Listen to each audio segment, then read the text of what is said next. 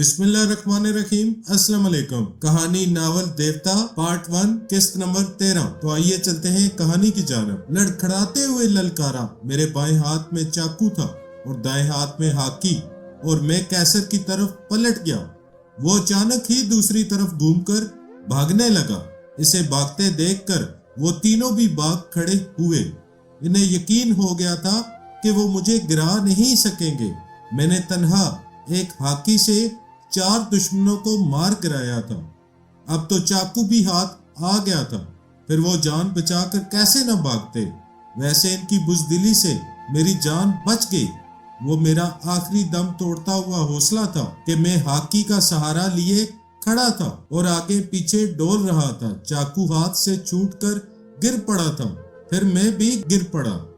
मुझ में इतनी सकत नहीं थी कि मैं अपनी टांगों पर खड़ा रह सकता। वो वापस आकर अब बड़ी आसानी से मुझे हिला कर सकते थे। मैं जमीन पर घसीटने लगा। इस मुकाम से दूर होने की कोशिश करने लगा। मेरा सर घूम रहा था। तारीकी में पहले आसपास के दरख्त नजर आ रहे थे। अब आंखों के सामने ऐसा अंधेरा छा गया था कि कुछ सुझाई नहीं दे रहा था। बस एक जिंदगी से मोहब्बत थी और इसी जिंदगी का रत्ती भर हौसला मुझे पनाह की तलाश में घसीट रहा था। मेरा जिस्म दुख रहा था। हड्डियां चुटक रही थी। जख्मों से टेसे उठ रही थी और मैं जहन्नम की तारीकियों में रेंग रहा था। कहीं पर रोशनी की एक हल्की सी रमक भी न थी। इस वक्त मुझ में सिर्फ 2 कुव्वतें थी, एक रेंगने रहने की, दूसरी सुनते रहने की। मेरे कान आहटों पर लगे कि कहीं दुश्मन पलटकर न आ जाए। नहीं, किसी के कदमों की आहट नहीं थी। जिंगरों की चिक चिक चिक चिक कानों में बज रही थी। शाखों के झूमने और पत्तों के सरसराने की आवाजें आ रही थी। मेरे साथ साथ वो तमाम आवाजें भी रेंग रही थी। थोड़ी देर तक मैं अपनी जिंदा लाश को घसीटता रहा। न जाने कितनी दूर निकल आया था। आबादी से करीब था या आबादी से बहुत दूर चला आया था। बस फिर हिम्मत जवाब दे गई और मैं चारों शाने चित हो गया। अब कोई आए और मुझे ज़बह कर डाले तब भी मैं नहीं उठूंगा। जिंदगी के लिए जितना लड़ना था लड़ चुका था। अब तो मरते वक्त आराम आ रहा था। मेरा जिस्म ढीला पड़ गया। आंखें यूं फैल गई जैसे पथरा गई हों। मैं होशो-हवास की दुनिया से जा रहा था, मगर वारी मौत इतने जख्म पहुंचाने के बाद भी करीब नहीं आ रही थी। मेरे आसपास भटक रही थी और मुझे कर्ब में मुब्तला कर रही थी। फिर मेरी आंखें बंद होते होते रह गई। मेरे कान खड़े हो गए। किसी के भारी भरकम कदमों की धमक सुनाई दे रही थी। जंगल के सन्नाटे में जमीन की छाती धड़क रही थी। शायद दुश्मन आ रहे थे। नहीं, शायद कोई हमारा हमदर्द आ रहा था। जिंदगी आ रही थी या मौत आ रही थी, वो भी करीब आकर रुक गई। फिर किसी मर्द की गरजदार आवाज सुनाई दी। कौन है बे तू?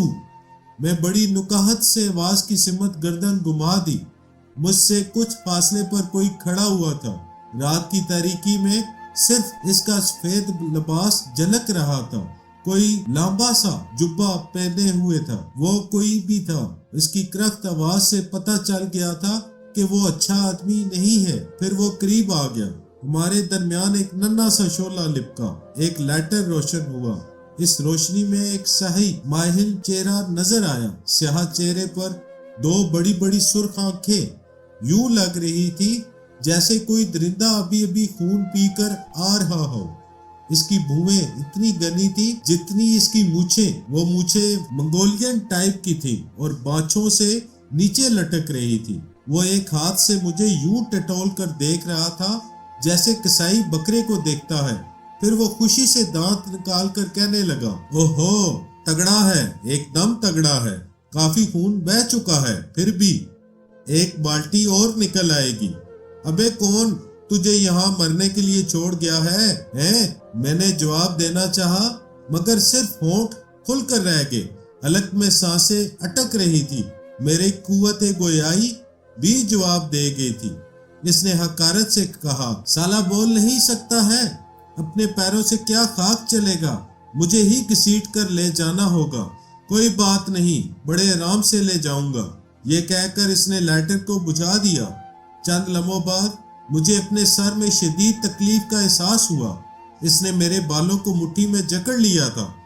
फिर वो तकलीफ इंतहाई अजियतनाक और नाकाबिले बर्दाश्त हो गई, क्योंकि वो बालों को मुट्ठी में जकड़े मुझे घसीट कर ले जा रहा था। उफ, ऐसी बेरहमी, ऐसी संगदिली!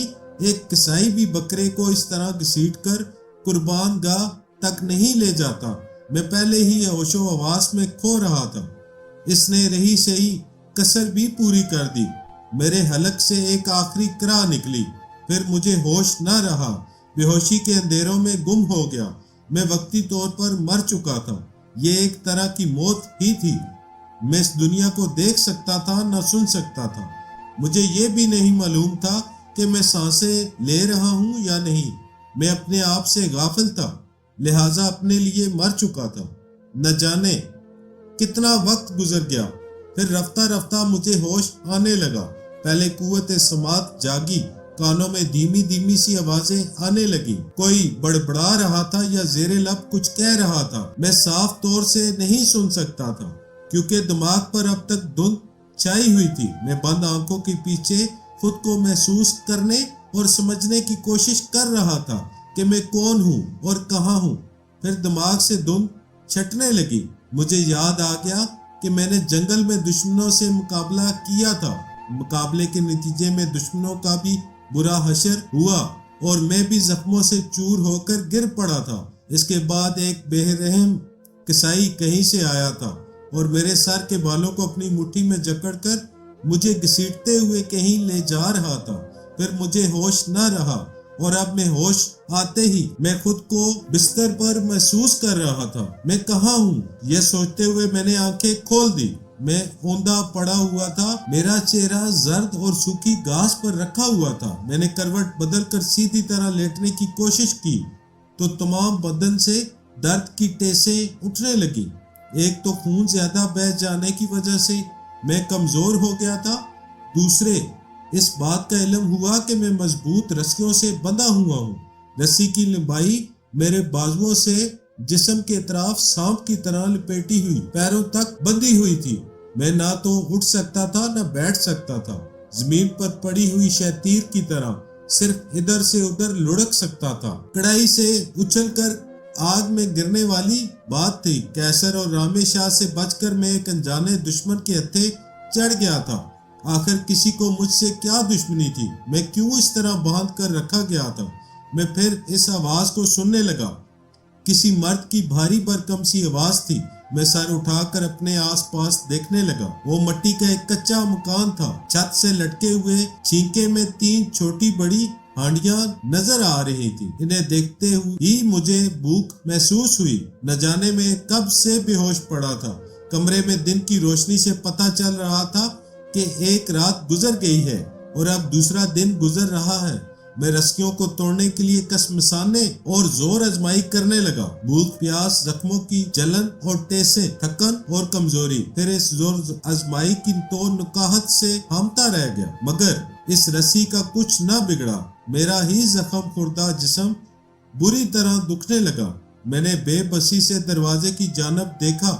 दरवाजे के दूसरी तरफ एक और कमरा नजर आ रहा था और वहीं से किसी के बड़बड़ाने की आवाज आ रही थी। इस दरवाजे तक पहुंचने के लिए मैं वहां से लुढ़कता हुआ मिट्टी के कच्चे फर्श पर आ गया। मैं देखना चाहता था कि वहां कौन है और क्या कर रहा है। इसकी बड़बड़ाहट मेरी समझ में नहीं आ रही थी। शायद वो कोई अजनबी थी या दूरी की वजह से अल्फाज समझ नहीं आ रहे थे। मैं कच्चे फर्श पर आहिस्ता आहिस्ता ठहर कर एक शैतीर की तरह लुढ़कता हुआ दरवाजे तक पहुंच गया। दूसरा कमरा बहुत बड़ा था, मगर सामान से बिल्कुल खाली था। कमरे के एन कल्ब में वो लहिम शहिम शख्स कच्चे फर्श पर पलथी मारे बैठा था। इसके दोनों हाथ सीने पर कैंची की तरह बंधे हुए थे। इसकी बड़ी बड़ी सुर्ख आंखें इस दरवाजे की तरफ लगी हुई थी जो बाहर की तरफ खुलता था। मैंने इसे पहचान लिया। वो वही जालिम और जाबर था जो जबरन मुझे बालों से पकड़कर घसीट रहा था और शायद इसी तरह घसीटते हुए मुझे यहाँ तक लाया था। اس کے چاروں طرف سندور کی ریکھاؤں سے دائرے بنے ہوئے تھے۔ چھوٹے سے دائرے میں بیٹھا ہوا کوئی منتر پڑھ رہا تھا۔ اس کے سامنے کوس نما داؤ رکھا ہوا تھا، ایسا داؤ جس سے جلاد مجرموں کے سر قلم کرتے تھے۔ اسے دیکھتے ہی میرے دماغ نے کہا کہ میں قربانی کا بکرا بنا کر لایا گیا ہوں اور وہ میرے لہو سے کالے جادو کی کوئی رسم ادا کرنا چاہتا ہے۔ اس خیال کے آتے ہی میں پھر رسیوں کی بندش میں تڑپنے اور مچلنے لگا۔ میں بزدلی اور بے بسی کی موت نہیں مرنا چاہتا تھا۔ اس کمبخت نے میری بے ہوشی سے فائدہ اٹھا کر مجھے بے بس کر دیا تھا۔ اتنی مضبوط رسی سے باندھ کر رکھا تھا کہ میں بے آب کی طرح تڑپتا ہی رہ گیا۔ تھوڑی دیر بعد مجھے یقین ہو گیا کہ میں اس شکنجے سے آزاد نہیں ہو سکوں گا۔ مجھے جلانے اور زور آزمائی کرنے کی بجائے تحمل سے کوئی دوسری تدبیر سوچنا چاہیے۔ میں سکون سے لیٹا رہ گیا، چند لمحوں تک بالکل خاموش رہا، پھر اس اجنبی کی سرخ آنکھوں کی طرف دیکھتے ہوئے سوچنے لگا، کیا میں تنوی عمل کے ذریعے اسے اپنا معمول بنا سکتا ہوں؟ نہیں۔ اس کے بھاری جبڑے، سیاہی مائل چہرے کی سختی اور خون خوار آنکھوں کی چمک بتا رہی تھی کہ وہ خونی درندہ ہے اور ٹھوس قوت ارادی کا مالک ہے۔ وہ ہپناٹائزم کے ذریعے ٹرانس میں نہیں آئے گا۔ کالا جادو اور سفلی عمل سیکھنے یا جاننے والے اکثر پراسرار قوتوں سے ٹکراتے رہتے ہیں اور لرزہ خیز واقعات سے دوچار ہوتے رہتے ہیں۔ ایسے لوگ کسی کے معمول نہیں بنتے، بلکہ دوسروں کا اپنا متی و معمول بناتے ہیں یا پھر اپنی مخالف قوتوں کا ڈٹ کر مقابلہ کرتے رہتے ہیں۔ میں اچھی طرح سمجھ گیا تھا کہ وہ تنوی عمل کے ذریعے میرے زیر اثر نہیں آئے گا۔ اسے سمجھنے کے لیے میرے پاس ایک ہی علم تھا۔ میں خیال خوانی کے ذریعے اس کے خیالات پڑھ سکتا تھا اور اس کے متعلق کچھ معلومات حاصل کر سکتا تھا، لہٰذا اس کی کمزوریاں تلاش کرنے کے لیے میں لیٹے ہی لیٹے مراقبے میں چلا گیا اور اپنی باطنی سماعت سے اس کے خیالات کو سننے لگا۔ وہ اجنبی زبان تھی، جو کچھ زبان سے بڑبڑا رہا تھا وہی اس کے دماغ میں بھی تھا۔ میری سمجھ میں نہیں آیا کہ وہ کس زبان میں جاپ کر رہا ہے۔ کہانی کا بقیہ حصہ اگلی قسط میں آپ کو پیش کیا جائے گا۔ کہانی کو ختم کرنے سے پہلے آپ سے ایک چھوٹی سی درخواست ہے کہ ناولز دنیا کو سبسکرائب کریں اور بیل آئیکن پر ضرور کلک کریں تاکہ کہانی کے اگلا حصہ بھی آپ کو بآسانی مل سکے۔